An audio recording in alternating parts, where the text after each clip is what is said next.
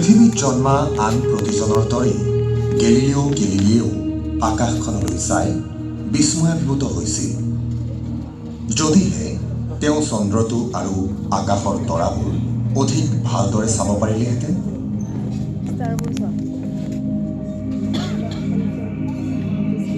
ইতিমধ্যেই দূৰৰ বস্তু যেনে সাগৰৰ জাহাজ আদি চাবলৈ সৰু দূৰবীণবোৰ আৱিষ্কৃত হৈছিল। গেলিলিওৱে অধিক শক্তিশালী দূৰবীক্ষণ এটা সাজি আকাশলৈ ঘূৰাই দিলে। দূৰবীক্ষণটোৱে বাৰু তেওঁক ব্ৰহ্মাণ্ডখনৰ খালী চকুৰে নেদেখা বস্তুবোৰ দেখুৱাবনে? গেলিলিওৱে প্ৰথমজন ব্যক্তি আছিল যি চন্দ্ৰপৃষ্ঠৰ পৰ্বত আৰু গহ্বৰবোৰ দেখিছিল। ইয়াৰ পূৰ্বে মানুহে চন্দ্ৰটো একেবাৰে মসৃণ বুলিহে ভাবিছিল। কিন্তু গেলিলিওৰ দূৰবীক্ষণটোৱে চন্দ্ৰৰ উপৰিভাগ পৃথিৱী পৃষ্ঠৰ সদৃশ হোৱাটোহে দেখুৱালে। যেতিয়া তেওঁ দূৰবীক্ষণটো বৃহস্পতি গ্ৰহৰ ফালে পোনাই দিলে, গ্ৰহটোৰ ওচৰত দেখা চাৰিটা সৰু তৰাই তেখেতক স্তম্ভিত কৰি তোলে, যিটো পূৰ্বে কোনেও দেখা নাছিল। ইয়াৰ পৰৱৰ্তী ৰাতি তৰাকেইটাই সিহঁতৰ স্থান সলনি কৰিলে। তেওঁ বুজিলে যে তৰাকেইটা প্ৰকৃততে বৃহস্পতিৰ উপগ্ৰহহে। প্ৰাচীন কালৰে পৰা মানুহক আশ্চৰ্যচকিত কৰা আকাশত দেখা ৰহস্যময়ী উদ্ভাসিত পতিতালক ইয়াৰ পাতল শুভ্ৰ বৰণৰ বাবে মিল্কি ৱে বা হাতীপতি বুলি জনা যায়।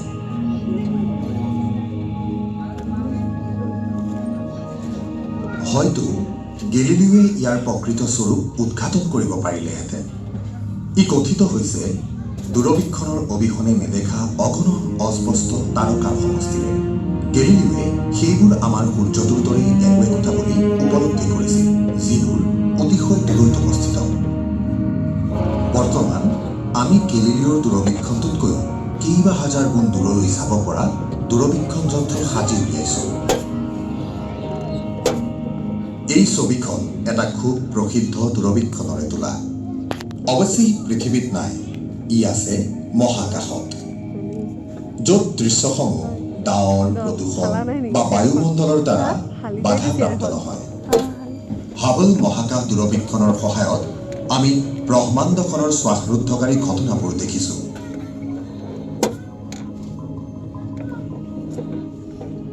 প্ৰযুক্তিৰ বলত আজি আমি গেলিলিওতকৈ বহু বেছি জানো। তথাপিতো কিছু বৃহৎ প্ৰশ্ন থাকি গৈছে। ব্ৰহ্মাণ্ডখনৰ আৰম্ভণি কেনেকৈ হৈছিল?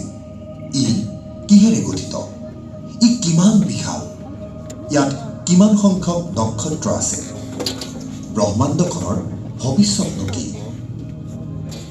বিজ্ঞানীসকলে কিছু সংখ্যকৰ উত্তৰ বিচাৰি উলিয়াইছে, কিন্তু কিছু এতিয়াও বাকী। ব্ৰহ্মাণ্ডখন সকলো বৃহৎ ৰহস্যৰে উদ্ধত আৰু নতুন আৱিষ্কাৰবোৰেৰে ইয়াৰ গোপনীয়তাবোৰ ভেদ হ'বলৈ ৰৈ আছে। হয়তো এই মুহূৰ্তৰ এই দৰ্শনীটো চাই থকা ভৱিষ্যতৰ কোনো বিজ্ঞানীৰ দ্বাৰা।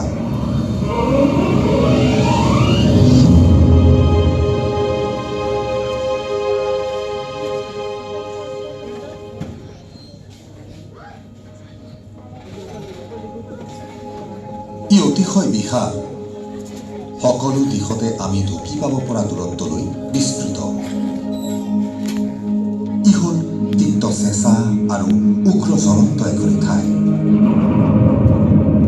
অতিকে মনোমোহা এই ব্ৰহ্মাণ্ডখন আচলতে কি? আজি আমি যিমান দূৰ জানো, সৃষ্টি হোৱা সকলো বস্তুকে ই সমাহিত কৰি লৈছে। ক্ষুদ্ৰতম পৰমাণুবোৰৰ পৰা আমাৰ পৃথিৱীখনলৈ, সূৰ্য আৰু অন্য গ্ৰহবোৰলৈ, সকলোতে থকা সকলোবোৰ বস্তুৰ সমাহাৰেই হৈছে ব্ৰহ্মাণ্ডখন। ই সাংঘাতিকভাৱে ৰহস্যময়, মানৱ জাতিৰ বাবে ইতিহাস জোৰাত এক আশ্চৰ্যৰ উৎস।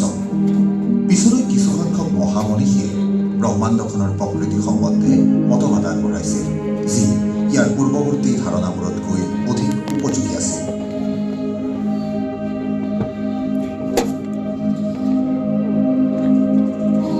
আজিৰ ব্ৰহ্মাণ্ডৰ কাহিনীটো অতীতৰ মহান জ্যোতিৰ্বিজ্ঞানীসকল যেনে ভাৰতবৰ্ষৰ বিশ্বামিত্ৰ, গ্ৰীচৰ টলেমী, ভাৰতৰ আৰ্যভট্ট, পোলেণ্ডৰ কোপাৰ্নিকাছ আৰু ইটালীৰ গেলিলিওৰ বাবে হয়তো চমৎকাৰী হ'লহেঁতেন।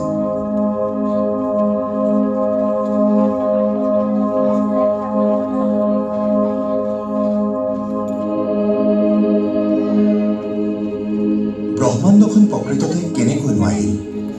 কিছুসংখ্যকে বিশ্বাস কৰে সুদূৰ অতীতত ইয়াৰ সৃষ্টি হৈছিল আৰু অইন কিছুৰ বাবে ই সদায় এনেদৰেই আছিল। আধুনিক বিজ্ঞানৰ অনুমান মতে ব্ৰহ্মাণ্ডখন 1400 কোটি বছৰ পুৰণি আৰু বিগ বেং নামৰ এটা বিস্ফোৰণৰ জৰিয়তে ইয়াৰ সৃষ্টি হৈছিল।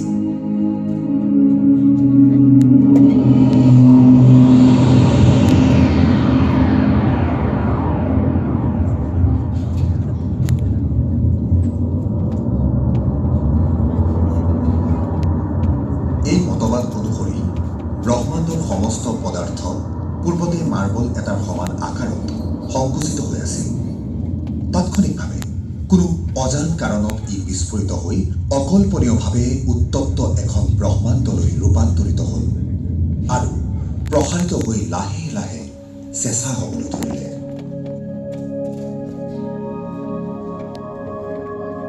সৃষ্টিৰ মুহূৰ্তত মাথো আছিল শক্তি আৰু মাধ্যাকৰ্ষণ বল। এই শক্তিৰে কিছু অংশ আমাৰ পৰিচিত পদাৰ্থলৈ ৰূপান্তৰিত হ'ল। এই প্ৰাথমিক পদাৰ্থখিনিৰ পৰাই প্ৰথম 30 মিনিটৰ ভিতৰত ক্ৰমে হাইড্ৰজেন আৰু হিলিয়াম পৰমাণু গঠন হ'ল। পৰৱৰ্তী সময়ত নক্ষত্ৰসমূহৰ গঠন হৈ অন্য মৌলিক পৰমাণুবোৰ সৃষ্টি কৰে।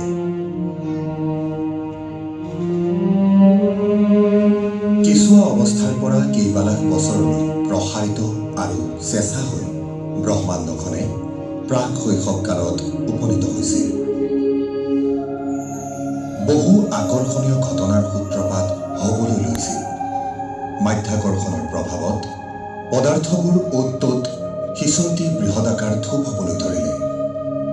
গেছ আৰু ধূলিকণাৰ এই থোপবোৰেই পৰৱৰ্তী কালত সংকুচিত হৈ তাৰকাৰাজ্যবোৰৰ সৃষ্টি কৰিলে। তাৰকাৰাজ্যবোৰৰ ভিতৰত হাইড্ৰজেন আৰু হিলিয়াম গেছবোৰ সৰু সৰু থোপলৈ পৰিৱৰ্তিত হৈ তাৰকাৰাজ্যখনৰ প্ৰথম নক্ষত্ৰবোৰৰ গঠন হৈছিল। প্ৰাথমিক নক্ষত্ৰবোৰৰ অধিকাংশই আছিল অতি গধুৰ, কিন্তু মাত্ৰ কেইলাখমান বছৰলৈহে সিহঁত বৰ্তি আছিল আৰু শেষত ছুপাৰনোভা নামৰ এক প্ৰলয়ংকাৰী বিস্ফোৰণত সিঁচৰতি হৈ পৰিছিল।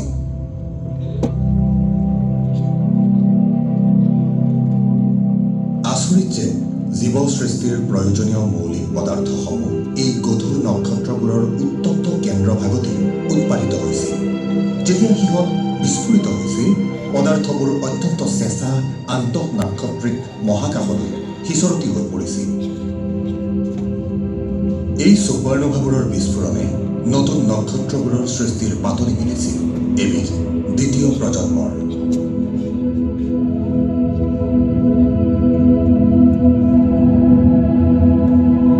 ব্ৰহ্মাণ্ডখনৰ বয়স কেইশতকোটি বছৰমান পাৰ হোৱালৈ ই বিগ বেঙৰ ঠিক পিছৰ ব্ৰহ্মাণ্ডখনতকৈ আছিল সম্পূৰ্ণ পৃথক। সৃষ্টিৰ সময়ৰ বিকিৰিত শক্তিবোৰ ৰূপান্তৰিত হৈ শত শত কোটি তাৰকাৰাজ্যৰ বিশালাকায় থোপবোৰ গঠন কৰিছিল। এই তাৰকাৰাজ্যবোৰৰ কিছুমান সৰ্পিল, কিছুমান ডিম্বাকৃতিৰ আৰু অইন কিছুমান আকৃতিহীন। কিছুমান আকৌ তাৰকাৰাজ্যবোৰৰ সংঘৰ্ষৰ পৰিণতি। প্ৰজন্মৰ পিছত প্ৰজন্ম ধৰি নক্ষত্ৰবোৰৰ জন্ম হৈছিল। জীৱনৰ বাবে প্ৰয়োজনীয় কাৰ্বন, অক্সিজেন, লো আদি তৈয়াৰ কৰিছিল আৰু শেষ পৰ্যায়ত মৃত্যু ঘটিছিল।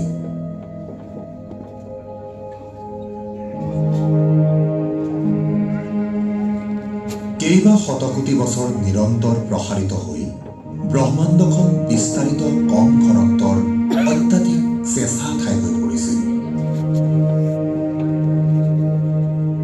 কেইশতিকামানৰ আগলৈ আমি ভাবিছিলোঁ পৃথিৱীখন ব্ৰহ্মাণ্ডৰ কেন্দ্ৰত আছে। কিন্তু বিজ্ঞানে প্ৰমাণ কৰিলে আমাৰ গ্ৰহটোৰ সৈতে অন্য গ্ৰহকেইটাও আচলতে সূৰ্যৰ চাৰিওকাষেহে ঘূৰি আছে। আজি আমি জানো সূৰ্যটো এটা সাধাৰণ নক্ষত্ৰহে। আমাৰ হাতীপতি তাৰকাৰাজ্যৰ 400 কোটি নক্ষত্ৰৰ ভিতৰত এটা।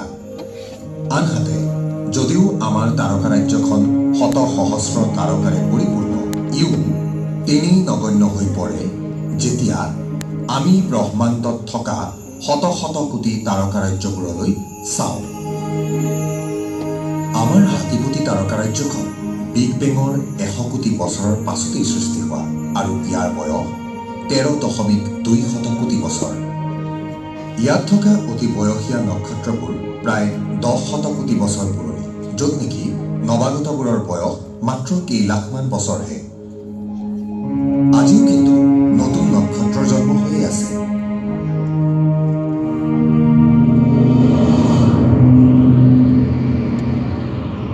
আমাৰ সূৰ্যটো গেছ আৰু ধূলিকণাৰ সমষ্টিৰে গঠিত সৌৰ নীহাৰিকাৰ পৰা 450 কোটি বছৰ পূৰ্বে জন্ম হৈছিল। এই জন্ম প্ৰক্ৰিয়া সঞ্চালিত হৈছিল চুবুৰীয়া নক্ষত্ৰ এটাৰ বিস্ফোৰিত মৃত্যুৰ পৰা। এই বিস্ফোৰণৰ পৰা নিৰ্গত আলোকিত তৰংগই সৌৰজগতৰ সৃষ্টিৰ পাতনি মেলিছিল। গেছ আৰু ধূলিকণাৰ ডাৱৰখিনিৰ অধিকখিনিৰে সূৰ্যটোৰ জন্ম হ'ল আৰু অৱশিষ্টখিনি ইয়াৰ চাৰিওফালে কাঁহীৰ আকাৰত সিঁচৰতি হ'ল। কাঁহীখনৰ অধিকাংশ পদাৰ্থই পিছৰ পৰ্যায়ত গোট খাই গ্ৰহবোৰৰ সৃষ্টি কৰিলে। বুধ, শুক্ৰ, পৃথিৱী, মংগল, বৃহস্পতি, শনি, ইউৰেনাছ আৰু নেপচুন। অৱশিষ্ট ক্ষুদ্ৰতৰ টুকুৰাবোৰেৰে প্লুটোৰ দৰে বাওনা গ্ৰহবোৰৰ লগতে গ্ৰহাণু আৰু ধূমকেতুবোৰৰ গঠন হৈছিল। 8টা গ্ৰহৰ ভিতৰত তৃতীয় শাৰীত থকা কেৱল মাত্ৰ পৃথিৱী একমাত্ৰ গ্ৰহ য'ত জীৱৰ সঞ্চাৰ হ'ব পাৰে। শুক্ৰৰ দৰে ই সূৰ্যৰ নিকটতো নাই যে পানী বাষ্প হৈ যায়, আৰু মংগলৰ দৰে আঁতৰতো নাই যে পানী বৰফলৈ ৰূপান্তৰিত হয়। জীৱৰ উৎপত্তি আৰু বিকাশৰ বাবে পানীৰ জুলীয়া অৱস্থাটো বাৰুকৈয়ে প্ৰয়োজনীয়। প্ৰাৰম্ভিক অৱস্থাৰ পৃথিৱীখন খুব তপত আছিল, কিন্তু বায়ুমণ্ডল নাছিল। সময়ৰ লগে লগে বহিঃপৃষ্ঠভাগ চেঁচা হৈ কঠিন খোলা এটালৈ পৰিৱৰ্তিত হৈ ভিতৰ ভাগত গলিত শিলাময় লাভাবোৰক আবদ্ধ কৰি ৰাখিলে আৰু ইয়াৰ ভগ্ন অংশবোৰেৰে আগ্নেয়গিৰিৰ ৰূপত উত্তপ্ত ৰক্তিম লাভা আৰু গেছবোৰ বিয়পি পৰিছিল। এই গেছবোৰেই ক্ৰমান্বয়ে পৃথিৱীৰ বায়ুমণ্ডলটো গঢ় দিয়ে। এক মতবাদ অনুসৰি এই প্ৰাচীন বায়ুমণ্ডলটোত ডাৱৰবোৰে অবিৰতভাৱে হাজাৰ হাজাৰ বছৰ ধৰি বৰষুণ নমাইছিল আৰু মহাসাগৰবোৰৰ সৃষ্টি কৰিছিল। আন এটা মতবাদ অনুসৰি পৃথিৱীৰ জলভাগৰ সৃষ্টি কৰিছিল ইয়াৰ সৈতে সংঘৰ্ষ হোৱা গধুৰ ধূমকেতুবোৰে, যিবোৰ বৰফৰ স্ফটিকেৰে সমৃদ্ধ আছিল।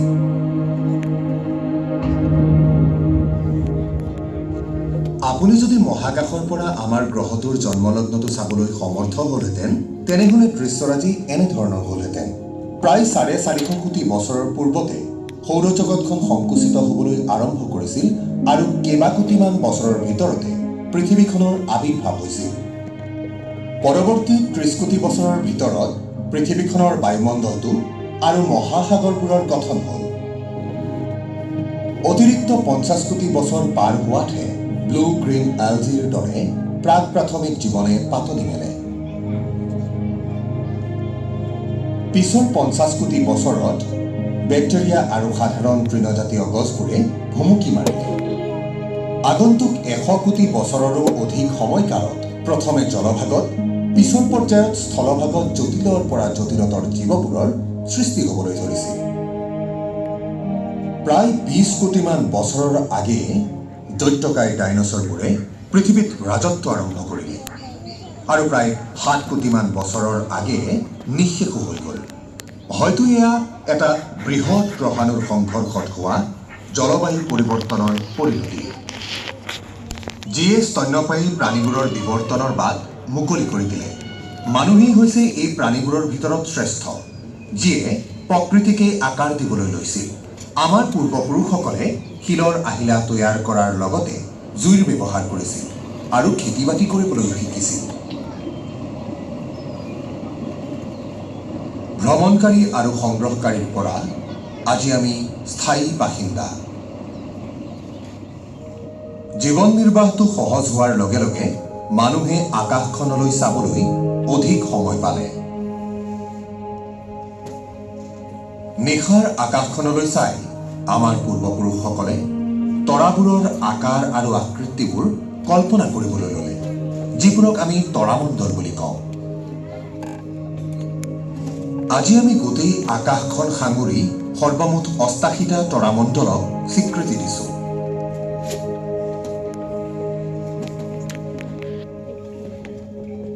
এইবোৰৰ ভিতৰত ১২টা ৰাশিচক্ৰৰ অন্তৰ্গত।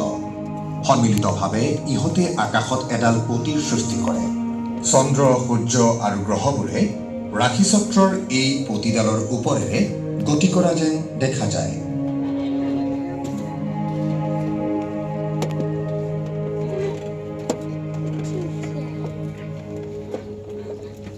শীতকালীন তৰামণ্ডলবোৰৰ সবাতোকৈ আকৰ্ষণীয়টো হৈছে কালপুৰুষ বা চিকাৰী। অলপ পশ্চিমৰ ফালে আছে স্বৰ্গীয় সাৰটো, বৃষ, যি ৰাশিচক্ৰৰ অন্তৰ্গত। বৃষৰ সাৰটোৱে কালপুৰুষৰ চিকাৰীটোক আক্ৰমণ কৰা যেন ভাৱ হয়।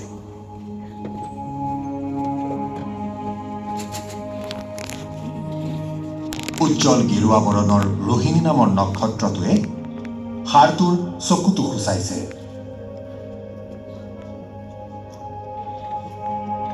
কালপুৰুষৰ অন্যফালে আছে বৃহৎ কুকুৰমণ্ডল, য'ত লুব্ধক নামৰ আকাশৰ সবাতোকৈ উজ্জ্বল নক্ষত্ৰটো দেখা যায়। ইয়াৰ ঠিক ওপৰলৈ চালে সৰু কুকুৰ এটাৰ আকৃতিত আছে ক্ষুদ্ৰ কুকুৰমণ্ডল, যাৰ উজ্জ্বলতম নক্ষত্ৰটো হৈছে প্ৰচিয়ান। প্ৰাগৈতিহাসিক মানৱে বনৰীয়া জীৱ জন্তুৰ সৈতে সহবাস কৰিছিল আৰু ৰাতিৰ আকাশতো সেইবোৰকেই কল্পনা কৰিছিল, যেনে ভালুকবোৰ। সেইটো বৃহৎ ভালুকমণ্ডল বা উৰ্ছা মেজৰ, আৰু ওচৰতে লঘু ভালুকমণ্ডল বা উৰ্ছা মাইনৰ। এই যে আমি দেখিছোঁ বৃহৎ ভালুকমণ্ডলৰ গাতে লাগি থকা তৰা দুটা সংলগ্ন ৰেখাডাল পোনাই দিলে লঘু ভালুকমণ্ডলৰ নেজৰ তৰাটো চুইছেগৈ, এইটো ধ্ৰুৱ তৰা।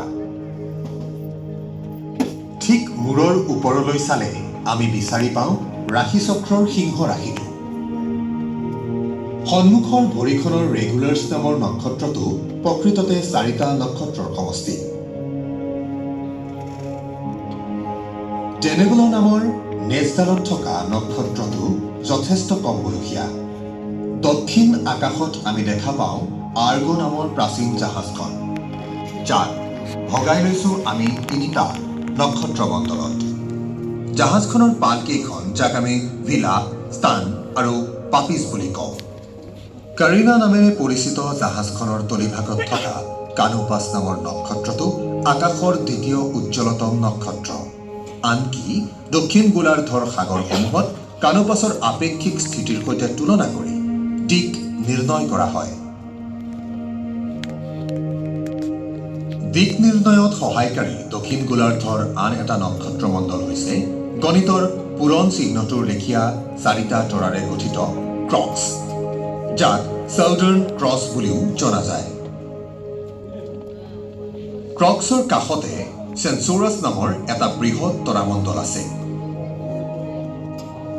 পূৰ্বপুৰুষসকলৰ বাবে চেনচৌৰ এটা অৰ্ধ মানৱ আৰু অৰ্ধ অশ্বৰ লেখীয়া জীৱ। ঘোঁৰাটোৰ পিছ ভৰিৰ খুৰাটোত আছে আকাশৰ তৃতীয় উজ্জ্বলতম নক্ষত্ৰ আলফা চেনচুৰাই, যাৰ সৈতে সংগ দিছে প্ৰক্সিমা চেনচুৰাই নামৰ আকাশত থকা আমাৰ একেবাৰে নিকটতম নক্ষত্ৰটোৱে।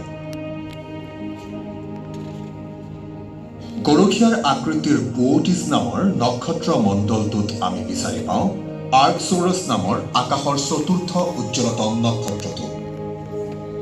আমি পূব আকাশত উদিত হৈ থকা দেখা পাইছোঁ আকাশৰ পঞ্চমটো উজ্জ্বল নক্ষত্ৰ ভেগা, যিটো সূৰ্যক বাদ দি জ্যোতিৰ্বিজ্ঞানীসকলৰ সৰ্বাধিক চৰ্চিত নক্ষত্ৰ। চিগনেছ তৰামণ্ডলৰ ভেনেভ আৰু আকিউলিয়া তৰামণ্ডলৰ অল্টেয়াৰৰ সৈতে ভেগাই গঠন কৰে আকাশৰ বিখ্যাত গ্ৰীষ্মকালীন ত্ৰিভুজটো, যিটো মে' মাহৰ সন্ধিয়াৰ আকাশত ওলায় আৰু গ্ৰীষ্ম ঋতুৰ আগজাননী দিয়ে।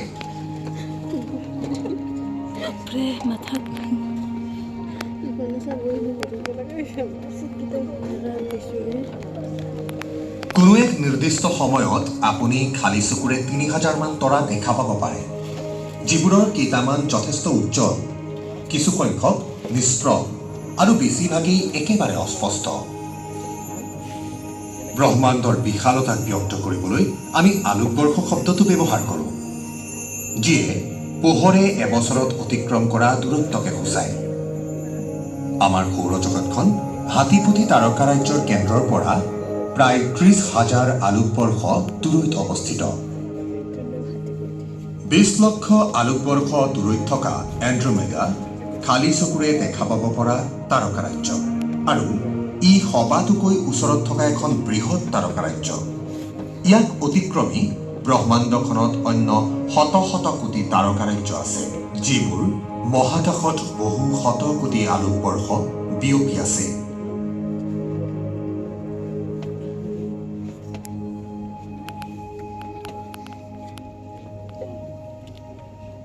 হাজাৰোধিক বছৰ আগৰ পৰা আমি নিৰীক্ষণৰ যোগেদি ব্ৰহ্মাণ্ডৰ কথাবোৰ বুজিবলৈ চেষ্টা কৰি আহিছোঁ।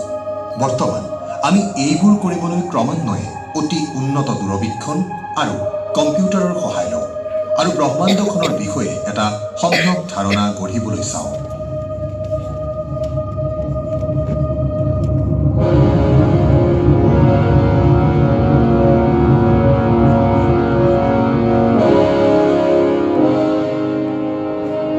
এটা ডাঙৰ প্ৰশ্নই আমাক বিমোহিত কৰে, ব্ৰহ্মাণ্ডৰ অইন ক'ৰবাত জীৱ আছে নেকি?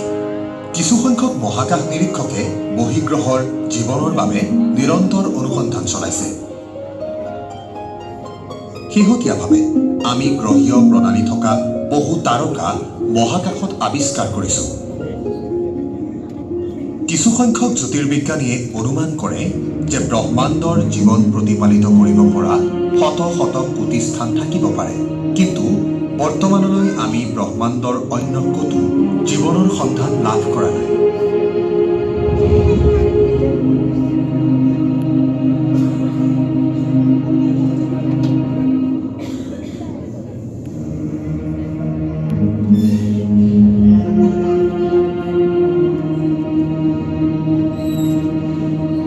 জীৱবিজ্ঞানী আৰু লেখক জুলিয়ান হাক্সলিৰ ভাষাত এই বিশাল ব্ৰহ্মাণ্ডখনত বিবেচনা, অভিপ্ৰায় আৰু উচ্চাকাংক্ষাৰে সমৃদ্ধ উন্নত জীৱ থাকিব পাৰে, কিন্তু আমি তেওঁলোকৰ বিষয়ে একো নাজানো। আমাৰ জ্ঞানে ঢুকি পোৱা পৰ্যন্ত মানৱ মস্তিষ্ক আৰু ব্যক্তিত্ব অদ্বিতীয়।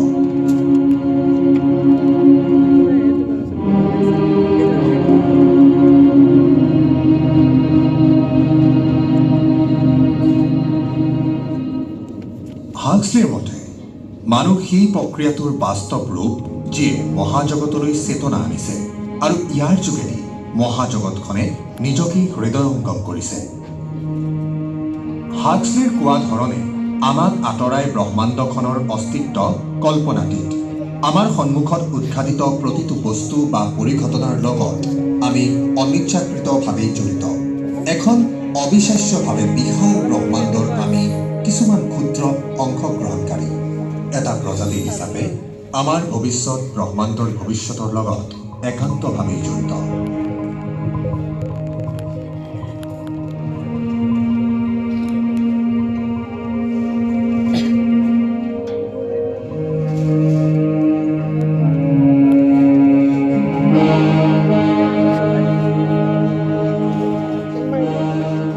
অনাগত শতিকাবোৰত পৃথিৱীৰ জলবায়ুৰ যথেষ্ট পৰিৱৰ্তন হ'ব।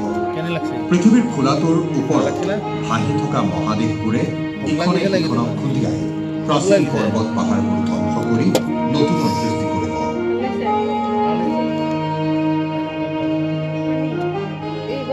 ডাইনছৰবোৰৰ সময়ত ঘটাৰ দৰে এটা বৃহৎ প্ৰসাৰণে পৃথিৱীক খুন্দিয়াব পাৰে।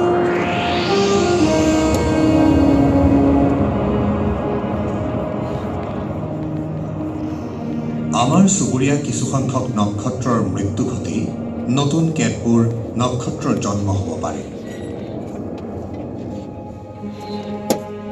কেইবাশ কোটিমান বছৰৰ পিছত সূৰ্যটো নিজেই উফন্দি আহি এটা ৰঙা দৈত্যকায় নক্ষত্ৰৰ ৰূপত পৃথিৱীকে ধৰি আন গ্ৰহকো কিনি পেলাব।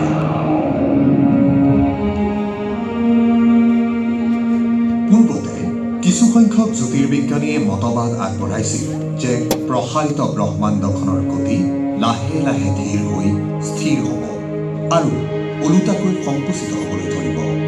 কিন্তু শেহতীয়াকৈ আৱিষ্কৃত ডাৰ্ক এনাৰ্জি বা কৃষ্ণ শক্তি আৰু ডাৰ্ক মেটাৰ বা কৃষ্ণ পদাৰ্থৰ অস্তিত্বৰ বাবে মতবাদটো প্ৰশ্নৰ সন্মুখীন হ'ব পাৰে।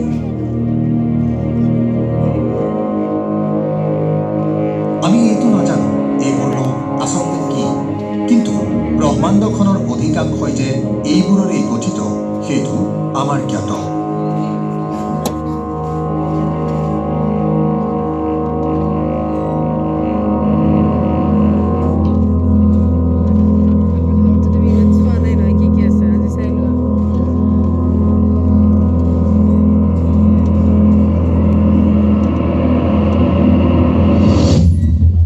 কোনে জানে ভৱিষ্যতৰ প্ৰজন্মবোৰে কি আৱিষ্কাৰ কৰিব। তেওঁলোকৰ বাবে ব্ৰহ্মাণ্ডখনৰ ধাৰণা নিশ্চিতৰূপে আমাৰ আজিৰ ধাৰণাবোৰতকৈ সম্পূৰ্ণ পৃথক হ'ব, যিদৰে প্ৰতিটো ৰহস্যৰ উদ্ঘাটনৰ পিছতেই অন্য এটা ৰহস্যই উকমুকায়। এয়াই যে বিজ্ঞানৰ সৌন্দৰ্য।